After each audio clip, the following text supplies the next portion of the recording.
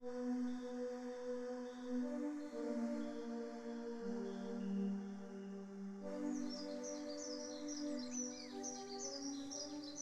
ce livre, j'ai recueilli le témoignage de nombreuses personnes, toutes différentes de par leur âge, de par leur origine, mais réunies par un élément, celui de penser qu'elles allaient pouvoir se sortir des difficultés insurmontables pour elles de leur vie terrestre en se donnant la mort. En fait, elles ont pu me raconter leur histoire, elles ont pu me raconter leur après-vie et, pour certaines, leur deuxième vie ou leur vie suivante.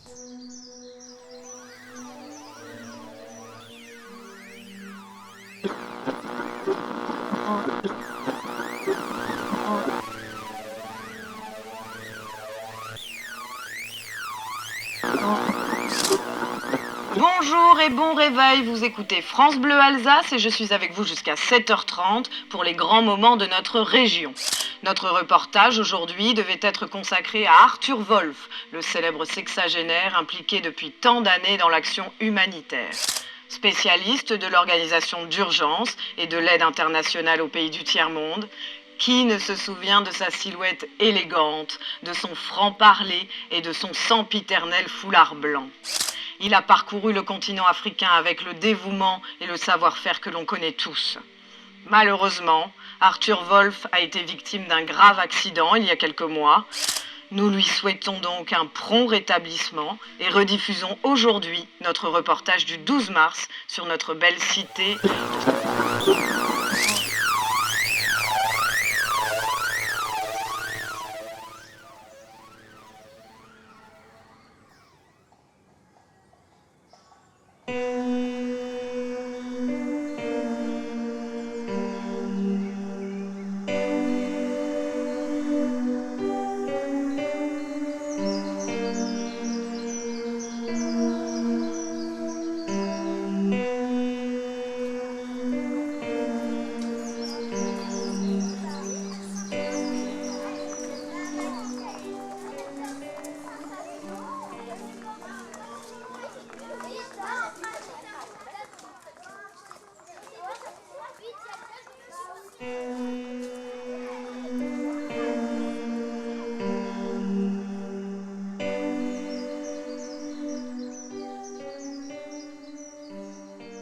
Papa, j'ai eu très peur pour toi.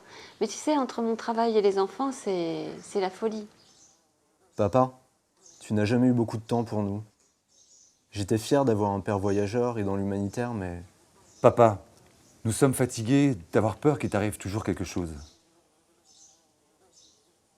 Est-ce que tu as pensé à un appartement dans une maison, une résidence médicalisée ?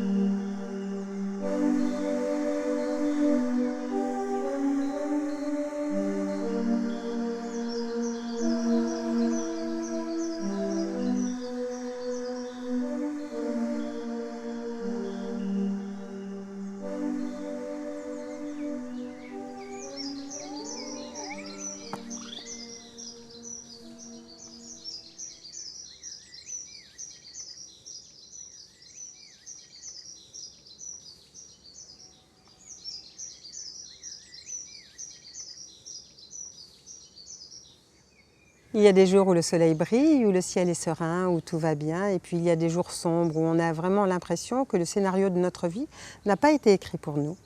Et ces jours-là, nous n'avons qu'une idée en tête, c'est de quitter cette vie. Si nous mettons ce projet à exécution, nous rompons notre contrat avec nous-mêmes, avec notre vie.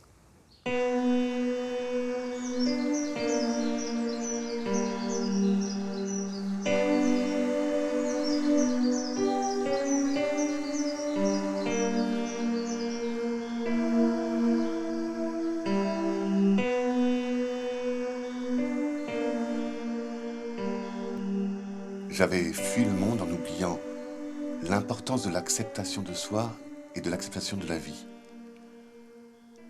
Tu vois, Anne, quand je me suis pendu, j'ai connu le vide, le rien, le néant. C'était ce à quoi je m'attendais après la mort. Et puis, imperceptiblement, j'ai commencé à sentir des mouvements. Petit à petit, je me suis mis à entendre des sons aussi. Mais je refusais de croire à un au-delà que je vais passer ma vie entière à nier. Ouais, je me suis demandé si j'avais pas échoué dans ma tentative de mettre fin à mes jours. En moi, une conscience se réactivait. J'ai revu chaque détail de ma vie. Des présences lumineuses venaient m'envelopper, se mettaient auprès de moi. Le corps est un cadeau pour faire l'expérience de la vie et pour exprimer la beauté de la création. Il ne nous appartient pas. Il est relié à tout ce qui vit dans les mondes physiques et subtils. Chaque naissance a une raison d'être. Tu m'as raconté que tu étais revenue dans le corps d'une petite fille qui n'avait que 2 ans à vivre et qu'à travers les yeux de ses parents, tu avais connu l'amour, la compassion et que tu avais aussi appris que être dépendant, ça n'était pas une humiliation. Mais ensuite, après cette vie-là, que s'est-il passé pour toi ?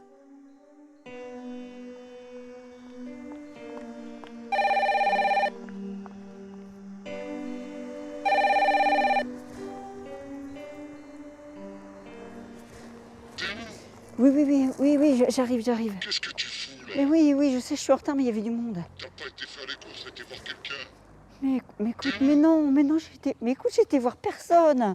J'ai juste fait les courses. T'es qu'une menteuse. Putain, quand tu vas rentrer à la maison, j'ai Non, foutu le rousse. Mais arrête, écoute. Tu menteuse, je vais t'en foutre pas des coups. Arrête, je te dis non. Mais tu me fais peur. Tu vas voir que je vais t'en foutre des coups de Dieu. J'en supplie. Non, je t'aime pas quand je rentre. Quand tu vas rentrer, je t'en foutre pas des coups, tu vas voir. T'es qu'une menteuse. J'ai juste envie que tu me trouves morte. Un matin sur le carrelage de la cuisine, et puis c'est tout. Mais si j'ai tout le rousse, t'es qu'une menteuse. Arrête. T'es qu'une menteuse, je vais t'en foutre pas des coups, tu vas voir. Non, je vais raccrocher. T'es où? Arrête de crier. T'es où?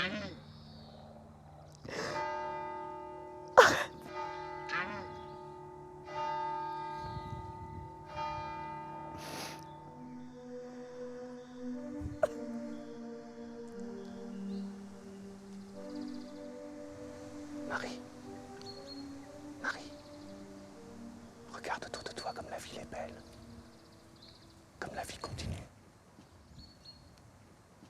Marie, ne te laisse pas aller au désespoir. Il y a encore temps de changer. Tu es encore capable de changer ta vie. Tu es une femme courageuse et tu te traites de lâche. Marie, il est temps de prendre la décision qui s'impose. Tu comprends? Il est temps de prendre la décision qui s'impose.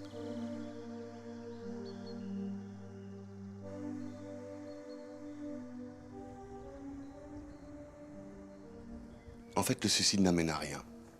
Le désespoir, la tristesse qui nous bloque dans la vie terrestre existe également dans l'au-delà. Ce n'est que étape après étape qu'on peut retrouver la quiétude. Anne, est-ce que tu peux écrire mon histoire et la transmettre à ceux qui ont envie de la lire? Tout à fait.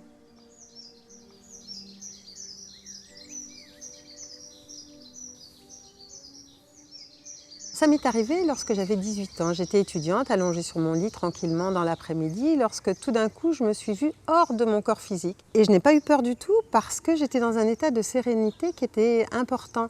Ce phénomène est arrivé malgré moi, parce que je ne contrôlais rien du tout. Et puis, j'ai réessayé, je me suis dit, mais je vais retrouver cette technique.